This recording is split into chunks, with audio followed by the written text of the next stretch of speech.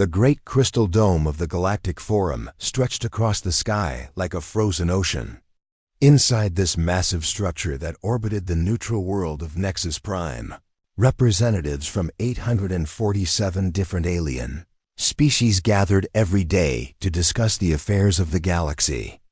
The building itself was a marvel of engineering, its walls made from living crystal that could change color based on the mood of the debates happening inside.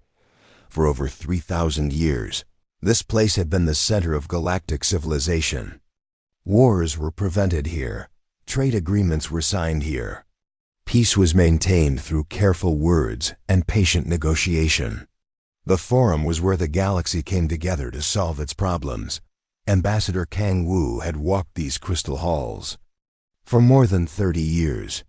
His black hair had turned gray during his time of service to humanity and the galaxy.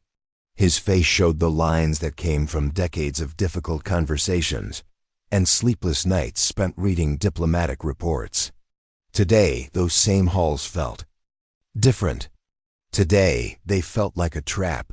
Standing beside him was Park Nari, his young aide who had been working with him for 5 years.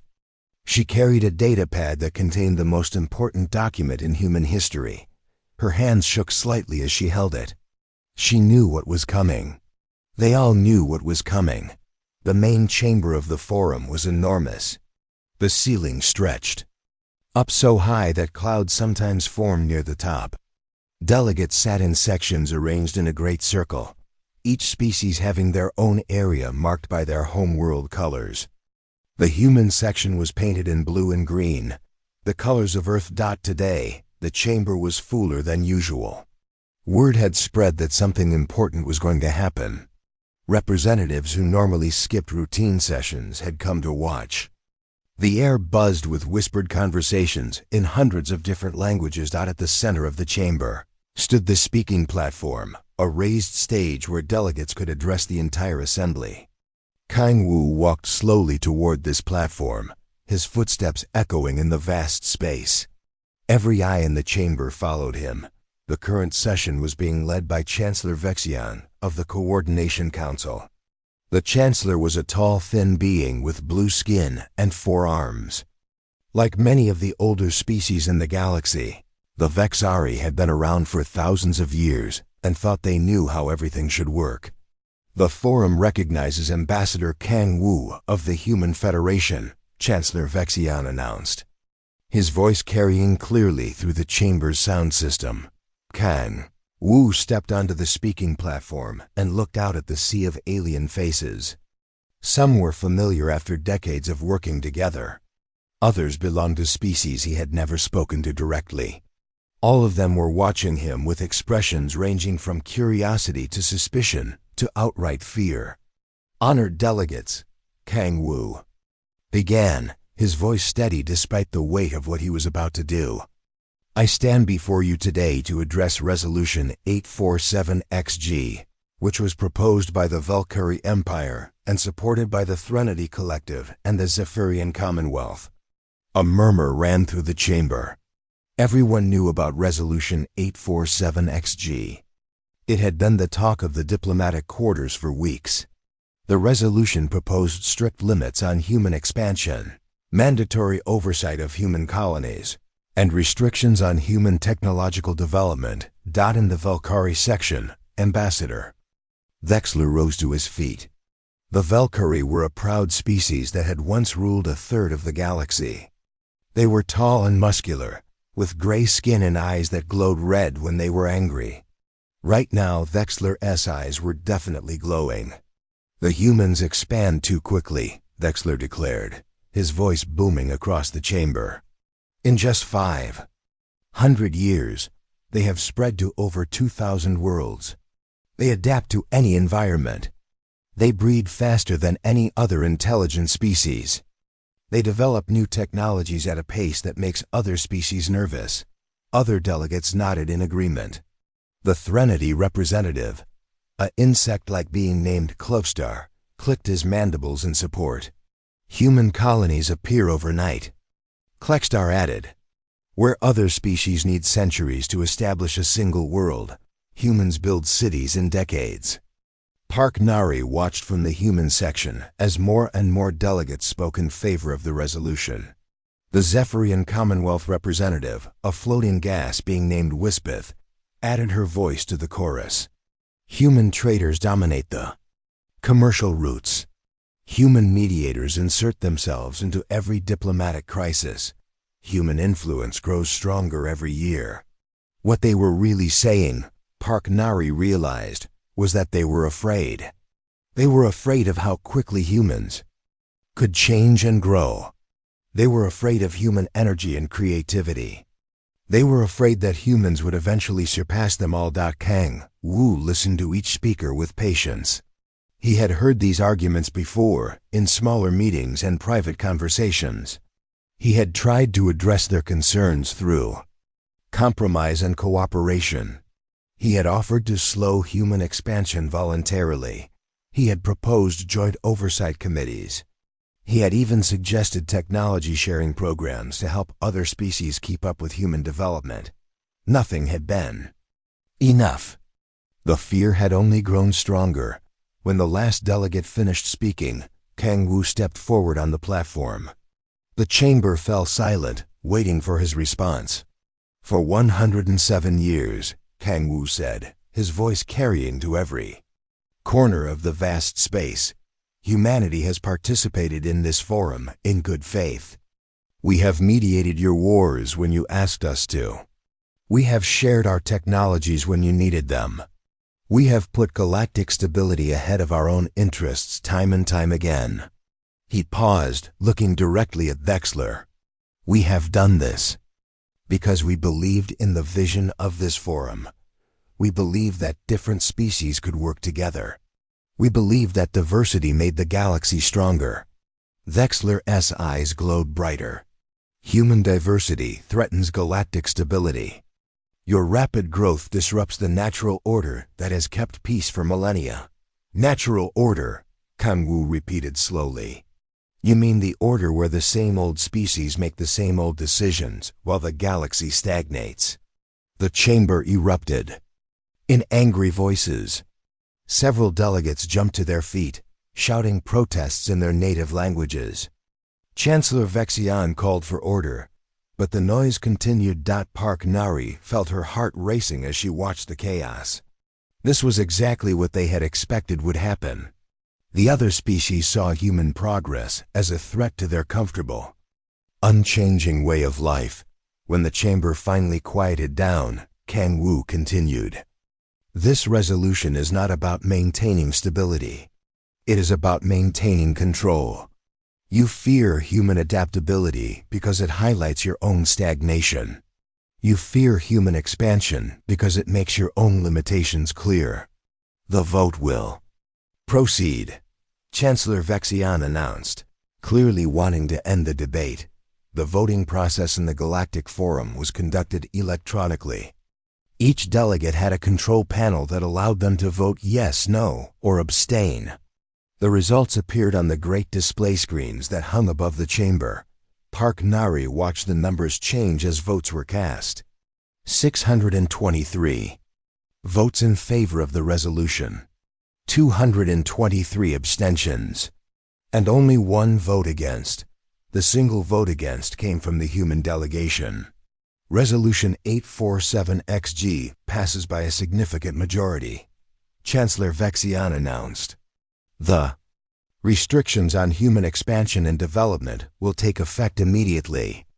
Kang Wu stood quietly for a moment, looking at the vote totals. Then he reached into his coat and pulled out a formal document. Park Nari recognized it as the paper she had been carrying on her datapad. I hereby formally notify this assembly, Kang Wu said, his voice cutting through the celebratory murmurs from the other delegates, that the Human Federation withdraws from the Galactic Forum, effective immediately. The chamber fell dead silent. No species had ever withdrawn from the Forum before. It was unthinkable. The Forum was the foundation of galactic civilization. Kang Wu placed the withdrawal document on the speaking platform and stepped down. Park Nari gathered her materials and followed him toward the exit. Their footsteps echoed loudly in the stunned silence as they reached the great doors that led out of the chamber. Wexler found his voice. "You cannot simply leave," he called out.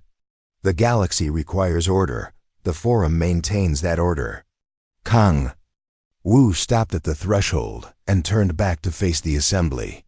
His expression was calm, but Park Nari could see the sadness in his eyes. "Then you should have thought of that," he said quietly, "before you decided that we were the problem." The massive crystal doors closed behind them with a sound like thunder. The reverberations echoed through the chamber for long minutes afterward, as 846 alien species sat in stunned silence, trying to understand what had just happened. Outside the Forum, Park Nari and Kang Wu walked toward their transport ship. Neither spoke until they were safely inside. "Do you think we made the right choice?" Park Nari asked. Kang Wu looked back at the crystal dome of the Forum, now growing smaller behind them. "Ask me again in a year," he said, "when they realize what they have lost." 6 months had passed since the great crystal doors of the Galactic Forum closed behind Ambassador Kang Wu and his aide Park Nari that day. 6 months since humanity had withdrawn from galactic politics with a finality that still shocked the galaxy. 6 months of silence from the species that had once been the most active voice in interstellar affairs. The silence was deafening. On the remote agricultural world of Kepler 442b, Lee Hanna stood in her office looking out at the golden fields that stretched to the horizon. As the colonial administrator for this peaceful farming world, she had grown accustomed to the quiet rhythm of rural life. But lately, that quiet had been broken by increasingly desperate messages from across the galaxy. Her assistant, Kim Juno, entered the office carrying another stack of data pads. His young face looked tired from processing the flood of communications that arrived daily. Each message was a plea for help from some corner of the galaxy where conflict had erupted. "Another request from the Gernaki system," Kim Juno reported, setting the datapad on Lee Hanna's desk. "Skexan raiders have been attacking their mining colonies for 3 weeks now. The Yutani hegemony forces that usually protect them are dealing with their own civil war." Lee Hanna picked up the datapad and read the desperate message from the Gernaki Planetary Council. The Gernaki were a peaceful species of small furry beings who had never developed strong military forces. They had always relied on stronger allies to protect them from aggressive neighbors. "They are offering us exclusive mining rights to their entire lithium reserves," Kim Juno continued. "That is worth about 50 billion credits." Lee Hanna looked at the offer for a long moment. The lithium deposits would be incredibly valuable for human colonies that needed the rare mineral for their energy systems. But she knew what her orders were. Without a word, she deleted the message. "Standard policy," she said simply. "We do not intervene in galactic affairs anymore." Kim Juno nodded, but she could see the discomfort in his eyes. Like many humans, he found it difficult to ignore suffering when they had the power to help. But the decision had been made at the highest levels of human government. Humanity would focus on its own affairs and let the galaxy solve its own problems. Far away in the Sol system, Fleet Admiral Choi Minho stood in the command center of Luna Base, humanity's primary military headquarters. The massive chamber was filled with holographic displays showing the positions of human fleets throughout known space. But increasingly, those displays also showed the chaos that was spreading through alien territories. His aide Yoon Sora approached with the daily intelligence briefing. She was a sharp young officer who had been tracking galactic conflicts since humanity's withdrawal from the Forum. 17 active wars as of this morning, Admiral, she reported, highlighting different regions on the main display. The Valkyrie Empire is now fighting on 4 separate fronts. They lost their 3rd fleet in the Rigel sector yesterday. Admiral Choi studied the tactical display with professional interest. The Valkyrie had been one of the loudest voices calling for restrictions on human expansion. Now their own empire was crumbling as old enemies sensed weakness. The Threnody Collective just lost their capital world to a rebellion by their own colony species, Yunsura continued. And the Zephyrian Commonwealth is facing 3 different border disputes that they cannot resolve through negotiation. Any direct threats to human colonies or trade routes? The Admiral asked. None, sir. Everyone is too busy fighting each other to bother us. Admiral Choi nodded grimly. This was exactly what the human leadership had predicted would happen when they withdrew from the Forum. For over a century, human diplomats had been the galaxy's mediators, preventing conflicts before they could escalate into full wars. Human traders had maintained the economic connections that made different species dependent on each other rather than hostile. Human military advisors had helped weaker species defend themselves against aggressive neighbors. Without human involvement, all of those careful relationships were falling apart.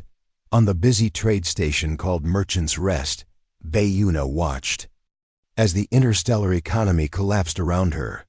The massive space station had once been a hub of galactic commerce, with thousands of ships arriving daily to trade goods from across the galaxy. Now entire sections of the station stood empty. Her business partner, Otaiho, brought her the latest shipping reports. His face was grim as he reviewed the numbers. The Nexari Confederacy is offering triple rates for grain shipments, he said. Their agricultural worlds are all in war zones now. Millions of people are facing starvation. Bayuna looked at the profit projections. The desperate Nexari were offering prices that would make any trader wealthy. But accepting the contract would mean traveling through dangerous space and getting involved in alien conflicts. Not our problem, she said, though the words felt bitter in her mouth. Otaiho set down the datapad with a frustrated sigh. We used to be the backbone of galactic trade. Human ships would travel routes that other species considered too dangerous or unprofitable. We connected worlds that would never have traded with each other. And look how much gratitude we got for it, Bayuna replied. They voted to restrict us, remember? The truth was that human traders had indeed been the foundation of interstellar commerce. They were willing to take risks that other species avoided. They adapted quickly to new markets and new opportunities. They built relationships across species lines that others found impossible to maintain. Without human traders, supply lines that had existed for centuries were breaking down. Worlds that had depended on imported food, medicine, and technology were now cut off from their sources. The galactic economy, which had seemed so stable, was revealing how dependent it had been on human participation. Back on the Forum world of Nexus Prime, the great crystal dome that housed the Galactic Assembly looked dimmer than it had in centuries. Inside, the remaining delegates struggled to deal with crises that multiplied faster than they could address them. Chancellor Vexian looked older than his 300 years as he tried to maintain order in the increasingly chaotic sessions. The chamber that had once hosted 847 species now rarely saw more than 400 delegates. Many species were too busy with wars, rebellions, or economic collapse to send representatives. The situation in the Outer Rim territories continues to deteriorate, reported the current speaker, a nervous Altarian delegate whose homeworld was under siege. Without mediators to resolve territorial disputes, minor disagreements are escalating into system-wide conflicts. Ambassador Thexler of the Valkyrie Empire sat quietly in his section, his red eyes no longer glowing with the confidence they had shown 6 months ago. His once mighty empire was fracturing as subject species rebelled, and neighboring powers seized Valkyrie territory. Perhaps, suggested a Zephyrian representative, we should consider reopening communications with the Human Federation. The chamber fell silent at this suggestion. Several delegates shifted uncomfortably in their seats. The idea of asking humans for help after voting to restrict them was humiliating for many of the proud alien species. The humans made their position clear when they withdrew. Chancellor Vexian said carefully. They are no longer interested in galactic affairs. But privately, many delegates were beginning to realize the magnitude of their mistake. They had feared human expansion and influence, but they had not understood how much they depended on human mediation, trade, and protection. In the intelligence networks that still functioned across the galaxy, reports painted an increasingly grim picture. The Skeksan raiders that had been contained by human-brokered peace treaties were now attacking peaceful worlds throughout 3 sectors. The Tekran Dominion, which had been quiet for decades thanks to human diplomatic pressure, was beginning to mobilize its war fleets again. Most alarming of all, the ancient species known as the Void Walkers had been detected moving through empty space near the galactic rim. The Void Walkers were a mysterious race that consumed entire star systems for reasons no one understood. They had been dormant for centuries, but something seemed to be awakening them. For over 100 years, human deep space monitoring stations had tracked these threats and organized galactic responses when necessary. Now those monitoring stations were focused entirely on protecting human space, leaving the rest of the galaxy blind to approaching dangers. Dr. Song Jae-jin, a xenobiologist at the Human Institute for Galactic Studies, reviewed the latest reports from automated monitoring probes. Her research team had been tracking concerning patterns in the data. The ecosystem balances that maintain stability for millennia are breaking down, she explained to her colleague Dr. Han Ki-wan. Species that were kept in check by economic interdependence are now free to pursue aggressive expansion. How long before the situation becomes critical? Dr. Hong asked. Dr. Song looked at her projections with growing concern. At the current rate of escalation, we are looking at galaxy-wide conflict within 2 years, maybe less. The galaxy that had once feared human expansion was learning too late that human influence had been the invisible force holding everything together. Trade routes, diplomatic relationships, military balances, economic systems, all of it had depended on human participation more than anyone had realized. And now, as conflicts spread like wildfire across the stars, the aliens who had voted to restrict humanity were beginning to understand the true cost of their fear. The silence from human space continued, broken only by the automated messages that politely declined all requests for assistance. The galaxy watched and waited, hoping that somehow the chaos would resolve itself. But deep in the darkness between the stars, older and more dangerous forces were beginning to stir, drawn by the scent of the galaxy in chaos. 1 year had passed since humanity turned its back on the galaxy, and the great crystal dome of the Galactic Forum had never looked so empty. Where once 847 different species had gathered to discuss the affairs of the galaxy, now only 312 delegates remained.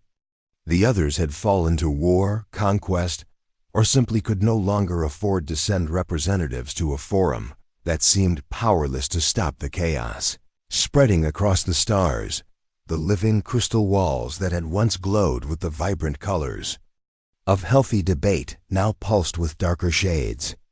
The building itself seemed to reflect the mood of its occupants, desperate, afraid, and running out of options. Ambassador Veltar of the Velkari Empire stood where Kang Wu had delivered humanity's farewell address exactly 1 year ago.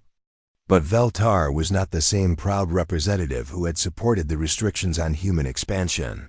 The Velkari Empire that had once controlled hundreds of worlds now held fewer than 50. Their mighty fleets had been scattered by enemies who sensed weakness. Veltar's red eyes were dim with exhaustion as he addressed the sparse assembly.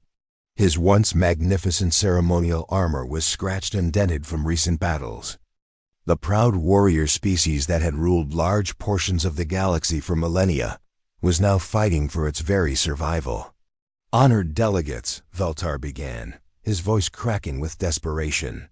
We face an enemy that our combined forces cannot defeat. The Tekran Dominion has conquered 6 star systems in the past month alone. Their biomechanical fleets consume everything in their path. At their current rate of expansion, they will reach the core worlds within 1 year. A murmur of fear ran through the assembly. The Tekran Dominion was a nightmare that most species had hoped would never awaken. They were an ancient race of beings who had merged their biology with technology in ways that other species found horrifying. For centuries, they had remained dormant in the far reaches of space, but the chaos following humanity's withdrawal had apparently drawn their attention. The Threnody delegate Zho clicked his mandibles in agreement with Veltar's assessment. The insect-like being's normally proud posture was bent with defeat. Our collective fleets are no match for Tekran war machines, he admitted. They adapt to our weapons faster than we can develop new ones. They turn our own technology against us. Only human tactical expertise has ever been successful against adaptive enemies. Other delegates nodded in reluctant agreement. Humans had a reputation for finding unexpected solutions to impossible problems. Their ability to think outside established patterns had made them effective mediators and military advisors. Now, facing an enemy that could adapt to conventional tactics, the galaxy desperately needed that human creativity. Chancellor Vexion, who looked much older than his 300 years, called for order as desperate voices filled the chamber. The proposal before us, he announced, is to formally request assistance from the Human Federation in dealing with the Tekran threat. The irony was not lost on anyone present. The same assembly that had voted to restrict human expansion was now begging for human help. But pride was a luxury they could no longer afford. The vote was unanimous. For the first time in the forum's history, every single delegate voted in favor of the same resolution. But when they tried to contact humanity, they discovered that all communication channels had been severed. Every diplomatic frequency that had once connected the galaxy to human space now carried only automated messages politely declining all contact. The humans had not simply left the forum. They had cut all ties with galactic civilization. Desperate times called for desperate measures. The forum authorized a direct diplomatic mission to the Sol system. A small fleet of the fastest ships remaining to the Alliance was assembled, carrying representatives from 12 different species. The journey to human space took 2 weeks. Traveling through regions that had once been safe but were now plagued by pirates and raiders. The diplomatic fleet lost 1 ship to Skeksan attackers before reaching the boundary of human territory. At the edge of the Sol system, they were met by a single human vessel. The ship was sleek and powerful, clearly representing the advanced technology that had made humans such effective traders and explorers. But its weapons were powered and its shields were raised, sending a clear message that the visitors were not welcome. Captain Shin Hana of the UE Siphiant received the alien delegation with cold professionalism. The woman who had once been known for her friendly demeanor during trade negotiations now showed no warmth toward the desperate aliens. Her crew treated the visitors like potential threats rather than old allies. The delegation was escorted to a sterile conference room aboard the human ship. The walls were bare metal, without any of the decorative elements that had once made human facilities welcoming to alien visitors. Everything about the environment suggested that this meeting was unwanted and unwelcome. Lim Doyong, the new head of the Terran Foreign Ministry, entered the room wearing a simple gray uniform. His expression was neutral, but his eyes were cold. The man who had replaced the diplomatic staff that had once worked so hard to maintain galactic relationships clearly had no interest in rebuilding those connections. "You have 10 minutes to state your business," Lim Doyong said without any formal greeting. "Then you will leave human space immediately." Veltar, despite his exhaustion and the humiliation of begging for help, tried to maintain some dignity. As he spoke, "Minister Lim, the galaxy faces a threat that requires immediate action. The Tekran Dominion has awakened and is consuming entire star systems. Billions of sentient beings have already died.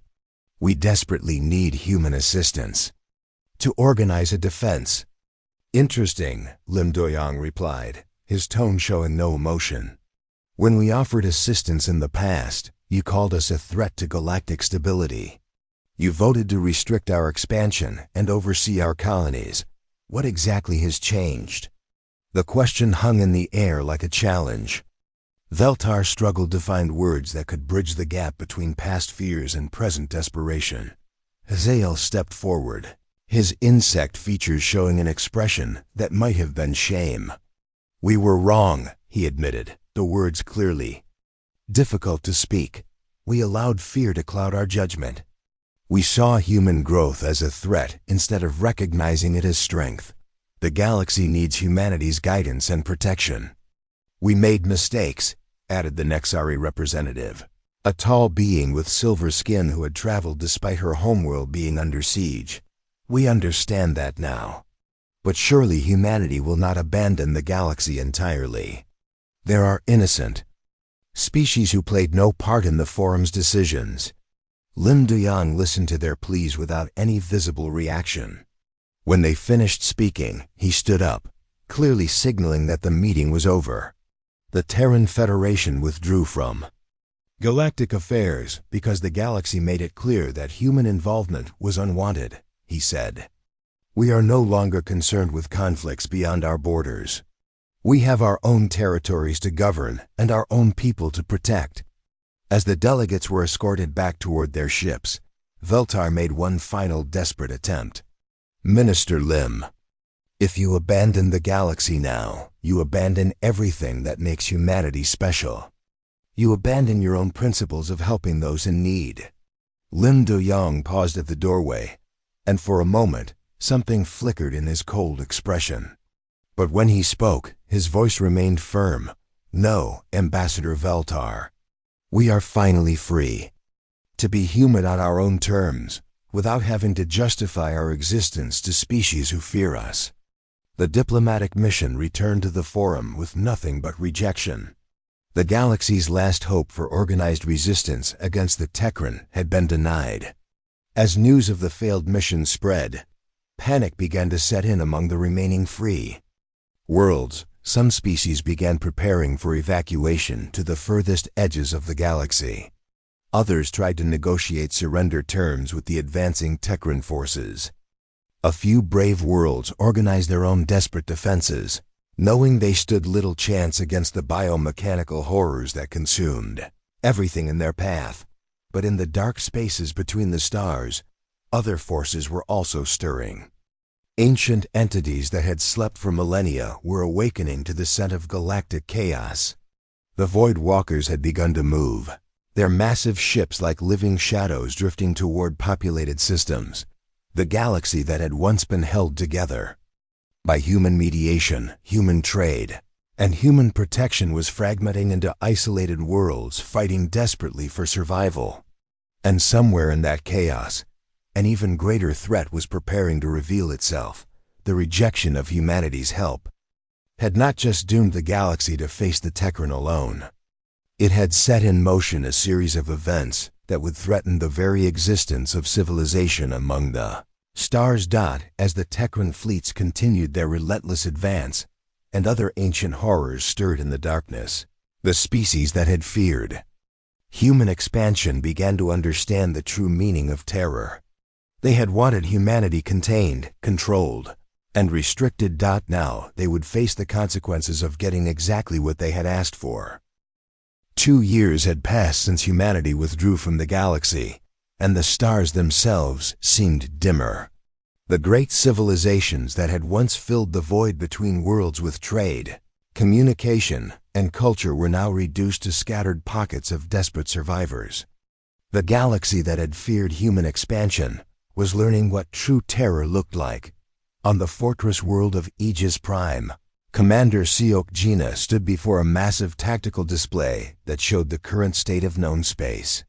The holographic map that had once been filled with the bright colors of thriving civilizations was now dominated by the sickly red glow that marked Tekran-controlled territory. The Tekran, Dominion had consumed half the galaxy in just 2 years. Their biomechanical fleets moved like a plague across the stars, converting entire star systems into resources for their ever-growing collective. What made them truly terrifying was not just their power, but their intelligence. Every species they conquered added to their knowledge, making them stronger and more adaptable. "Latest intelligence reports, Commander," said Nam Kiru, her tactical officer. The young man's face showed the strain of monitoring an increasingly hopeless situation. "The Tekran have completely assimilated the Nexari Confederacy. Estimated completion time was 6 months, but they finished in 3. Commander Seok studied the display with growing concern. The Tekran advance had been steady and relentless, but lately it was accelerating. Each conquered civilization seemed to make them more efficient at conquering the next. "Any attempts to breach our border defenses?" she asked. "Negative, Commander. They maintain a careful distance from all human territories. No direct contact, no probing attacks, no communication attempts." This puzzled Commander Seok more than an outright attack would have. The Tekran had shown no hesitation in attacking any other species, regardless of their military strength. The proud Valkyrie Empire had fallen in 6 months. The ancient Zephyrian Commonwealth had lasted only slightly longer.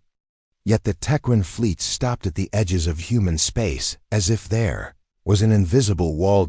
It was as if they were waiting for something. The answer to this mystery came from an unexpected source.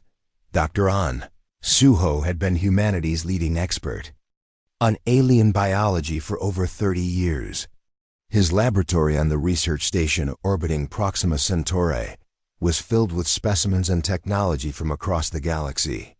Recently, his team had acquired several pieces of Tekran biotechnology from the ruins of conquered worlds. Dr. An worked late into the night, studying the organic computers that the Tekran used to control their ships. The technology was unlike anything he had ever seen. It was not just biological or mechanical, but a perfect fusion of both. Living tissue that thought like a computer, metal that grew like organic matter. Dr. An called his assistant Dr. Park. "Minsu, you need to see this data immediately." Dr. An looked up from his microscope to see Dr. Park holding a datapad with an expression of deep concern. The analysis results on the screen made Dr. An's blood run cold. "They are not just conquering," Dr. An said slowly as he read the findings. "They are learning. Every species they absorb adds to their collective intelligence. They are studying, adapting, preparing."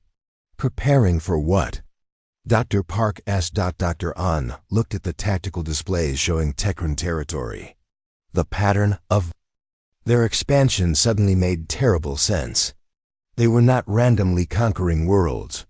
They were systematically acquiring specific types of knowledge and technology. "They are preparing for us," he whispered. The implications were staggering. The Tekran saw humanity as the ultimate challenge, the final test of their growing power.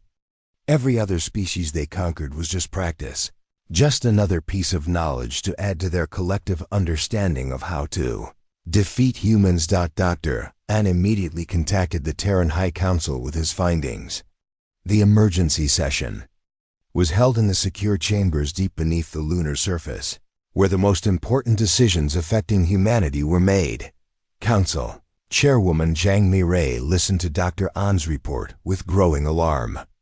The elegant woman who had led humanity through the withdrawal from galactic affairs now faced a threat that could destroy everything they had worked to protect. "You are suggesting that they see us as the final prize?" she asked. "More than that," Dr. An replied, displaying his research on the chamber's main screen. "Our adaptability, our technological innovation, our strategic thinking, everything that made the other species fear us makes us valuable to them. If they can absorb human knowledge and capabilities, they will become unstoppable." Council member Wan Tajin, a former military commander, studied the tactical projections. How long before they feel ready to attack human space? Based on their current rate of expansion and learning, perhaps 6 months, Dr. An answered. Maybe. Less if they encounter species with technologies similar to ours.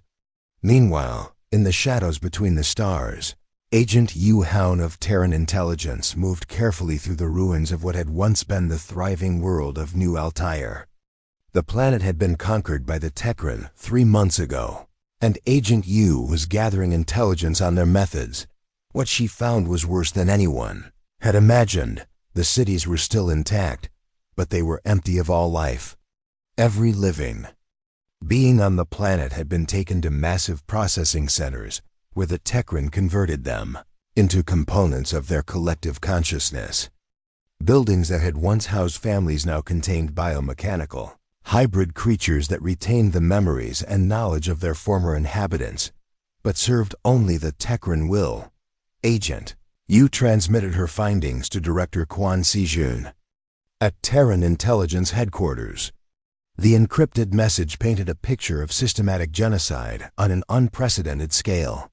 Entire civilizations are being processed, she reported. The Tekran are not just conquering, they are harvesting. Every conquered species becomes part of their collective consciousness. They retain all knowledge, all skills, all memories. Director Quan studied the reports with growing horror.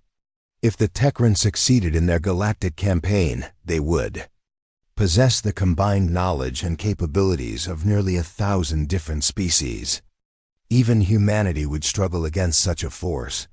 The political implications were equally disturbing. On the floor of the Terran Senate, representatives debated humanity's response to the crisis. Senator Park Hyen, a vocal advocate for re-engagement with galactic affairs, addressed her colleagues with passionate urgency. We withdrew from the galaxy to preserve our independence, she argued. But if we allow the Tekran to succeed, we will face them alone, and they will have the strength of 1,000 species behind them. Opposition Senator Kim Dae-ho stood to respond. The galaxy made their choice when they voted to restrict us. Why should we sacrifice human lives to save species that feared and rejected us? Because, Senator Park replied, the alternative is facing an enemy that has absorbed the knowledge of every species that rejected us. An enemy that will know our weaknesses before we even engage them. The debate raged across human space. Some colonies advocated for immediate military intervention to stop the Tekran advance before it reached human territory. Others argued for strengthening human defenses and letting the galaxy face the consequences of their own choices, but time was running out. Deep space monitoring stations detected massive Tekran fleet movements toward the galactic core.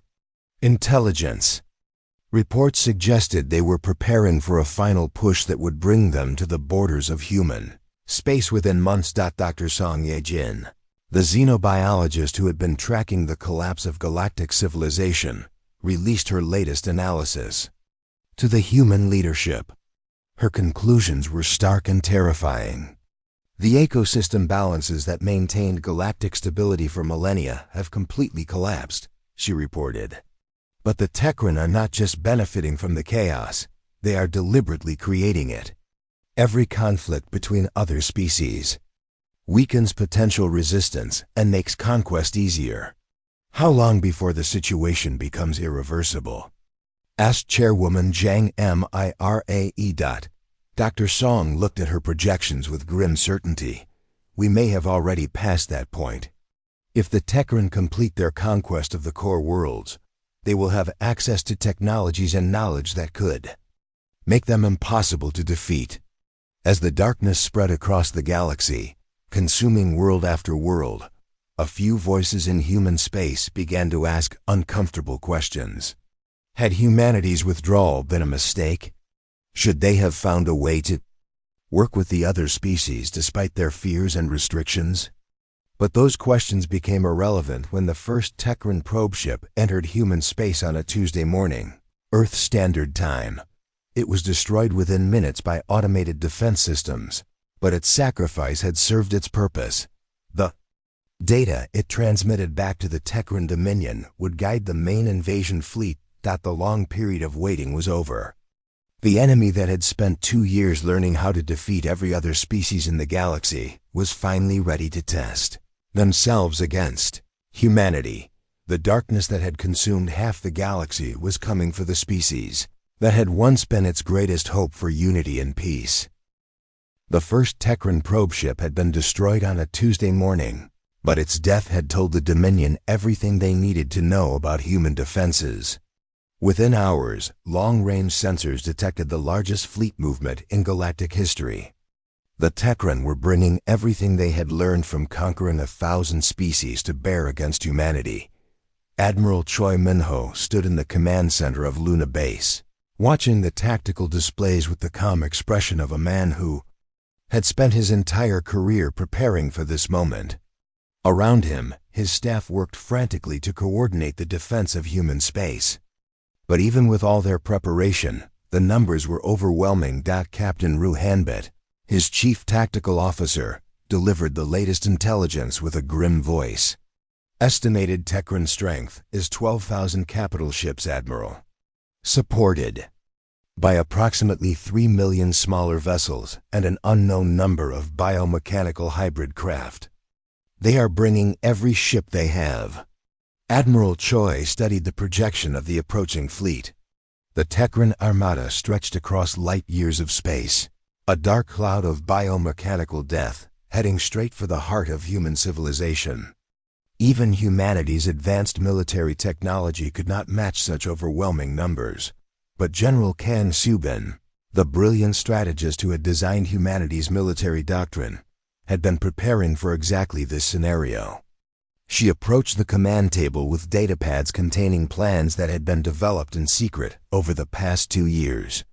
We do not need to match them ship for ship, she explained to the assembled commanders. We need to do what we have always done best: adapt and overcome. The Tekran have spent 2 years learning how to defeat every other species in the galaxy. But they made one critical mistake. What mistake? Admiral Choi asked.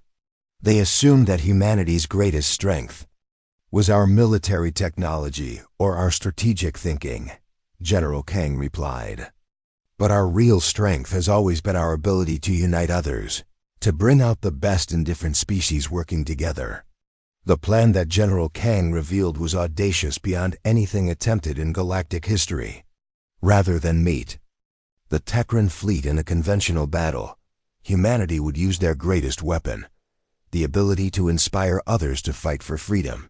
For the first time in 3 years, human ships began appearing in alien space. But they did not come as conquerors or overlords. They came as liberators, carrying a message that spread like wildfire across the galaxy. Captain Shin Hana, now commanding the powerful battlecruiser Yu's Redemption, led the first liberation fleet to the besieged world of Praxis 7. The planet was home to the Gernaki, the same small, peaceful species that had begged for human help years earlier. Now they lived under brutal Tekran occupation, their people being processed into biomechanical slaves. As human ships engaged the Tekran occupation force in orbit, Captain Shin broadcast on all frequencies. Her voice carried across space to every surviving ship and station in the system. This is Captain Shin Hana of the Terran Federation, she announced. To any species willing to fight for their freedom, join us. The time has come to take back the galaxy. The response was immediate and overwhelming. Ships that had been hiding in asteroid fields and nebulae emerged to join the human fleet. Gernaki civilian vessels, armed with whatever weapons they could find, attacked Tekran patrol craft. Surviving Yutani stealth ships appeared from nowhere to strike at enemy supply lines. What made the difference was not just the arrival of human military forces, but the hope that came with them. For 2 years, the galaxy had lived in despair, watching their civilizations fall one by one to an unstoppable enemy. Now, for the first time, they had reason to believe that resistance was possible. Ambassador Park Nari, now serving as head of the Terran diplomatic corps, worked tirelessly to coordinate the growing alliance. Her staff, including a Tach moon, Jiyun, established communication networks between species that had never cooperated before. The Zephyrian survivors want command of the left flank in the next engagement, Moon Jiyun reported. The Threnody remnants insist on leading the assault on the Tekran Processing Center at Rigel Prime. Give them what they want, Parknari replied without hesitation. We are not here to lead. We are here to enable others to be their best. This was the key difference between human leadership and Tekran domination. Where the Tekran sought to absorb and control, humans empowered others to contribute their unique strengths. The coalition that formed around human liberation fleets grew stronger with each victory. As species rediscovered their courage and capabilities, the Yutani contributed their advanced stealth technology, allowing coalition ships to strike without warning. The Nexari survivors brought their superior sensor systems, giving the Alliance eyes and ears throughout Tekran space. Even the proud Velkari, reduced to a handful of ships, joined the coalition and proved their warrior traditions were not forgotten. Dr. Ansuho's research team made a crucial breakthrough during the early battles. By studying captured Tekran technology and biomechanical components, they discovered a critical weakness in the Dominion's collective consciousness. The Tekran strength is also their vulnerability, Dr. An explained to the military commanders. Their collective consciousness requires constant communication between all parts of their fleet. If we can disrupt that communication at the right moment, their coordination will collapse. Lieutenant Commander Bei Min-su, a young engineering officer, worked with Dr. An to develop a weapon that could exploit this weakness. We need to get within range of their command ship, he reported. But their defenses are too strong for a direct assault. The solution came from an unexpected source. The Gernaki, grateful for their liberation and eager to contribute to the cause, volunteered their small, fast ships for a desperate mission. Their vessels were too small to carry heavy weapons, but they could slip through Tekran defenses that were designed to stop larger warships. Fleet Admiral Lim Soyan coordinated the final assault from the command ship, UES Unity. The massive fleet that gathered for the battle included ships from dozens of species, all united under human leadership but fighting for their own freedom. The climactic battle took place in the Nexus system, where the old Galactic Forum had once stood.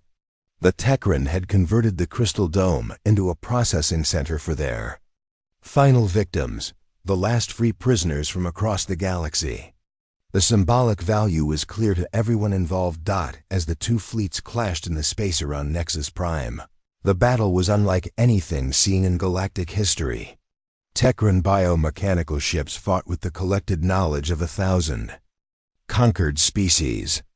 But the Coalition fleet fought with something the Tekran could not understand or absorb: the willingness to sacrifice for others.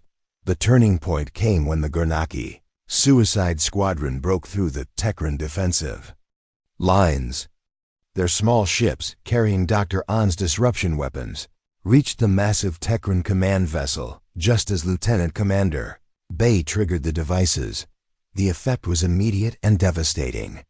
The collective consciousness that had coordinated millions of Tekran ships suddenly fragmented. Individual vessels found themselves cut off from the central intelligence that had guided them.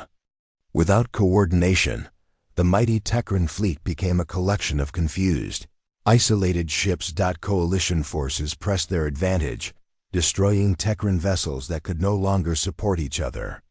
The biomechanical hybrid creatures that had once been living beings began to break free of Tekran control as the collective consciousness collapsed. In the aftermath of the battle, as the Coalition gathered among the ruins of the old Galactic Forum, representatives from surviving species faced a new reality. The galaxy they had known was gone, but something new could be built from its ashes. Chairwoman Zhang Mi-Ray addressed the assembled representatives, her voice carrying across the crystal chamber that had once echoed with fear and suspicion. The forum that once stood here was built on fear, she said. Fear of change, fear of growth, fear of each other. If we are going to rebuild, we need something different. We need trust, cooperation, and the courage to embrace what makes each species unique. The new galactic alliance that emerged from the ruins was founded on principles that the old forum had never understood. Instead of trying to control or restrict different species, the alliance encouraged them to develop their strengths. Diversity was celebrated rather than feared. Growth was supported rather than limited. Ambassador Kang Wu, who had delivered humanity's farewell to the old forum 3 years earlier, now helped draft the charter for the new alliance. The document enshrined the right of all species to grow, explore, and adapt without interference from others who feared change. As ships from hundreds of species began the long work of rebuilding their civilizations, the galaxy learned a lesson that would echo through the ages. The greatest threats often come not from those who are different, but from the fear of difference itself. The humans had returned not as conquerors, but as liberators. In freeing the galaxy from both the Tekran and from their own fears, they had finally found their true place among the stars, not as rulers, but as the bridge between species that had never learned to trust each other. And in the end, the galaxy that had once watched in fear as humans abandoned the forum, now watched in hope as humanity helped build something better from the ashes of the old order.